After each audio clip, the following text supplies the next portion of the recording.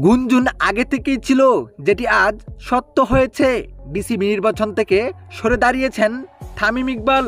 শুধু তামিম নন, সরকারি হস্তক্ষেপের অভিযোগে মনোনয়নপত্র প্রত্যাহার করেছেন আরও বেশ কয়েকজন হ্যাবিটের প্রার্থী।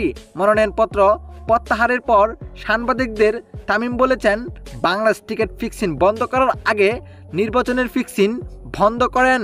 বাংলাদেশ ক্রিকেট দলের সাবেক অধিনায়ক তামিম মিরপুর শেরেবাংলা স্টেডিয়ামে সাংবাদিকদের বলেন, আমি সহ প্রায় 14 থেকে 15 জন মনোনয়নপত্র প্রত্যাহার করেছি। প্রত্যাহারের কারণটা খুবই স্পষ্ট। আমার কাছে মনে হয় না বিস্তারিতভাবে আপনাদের কিছু বলার দরকার আছে। নির্বাচন কোনো দিক যাচ্ছে, এই জিনিসটা এখন পরিষ্কার। যখন যেমন মনে হচ্ছে, যখন যা মনে হচ্ছে তখন তা করা হচ্ছে। এটা আসলেই নির্বাচন নয়। টিকেটের সঙ্গে এই জিনিসটা কোনো দিক দিকেই মানায় না। দর্শক, হঠাৎ তামিম ইকবাল নির্বাচন থেকে সরে যায়, আপনি কিভাবে দেখছেন যে আসলেই এই নির্বাচনে পলিটিক্স চলছে, যে কারণে নির্বাচন থেকে সরে দাঁড়িয়েছে তামিম ইকবাল? আপনার কাছে কি মনে হয়? জানাবেন বিস্তারিত কমেন্টে।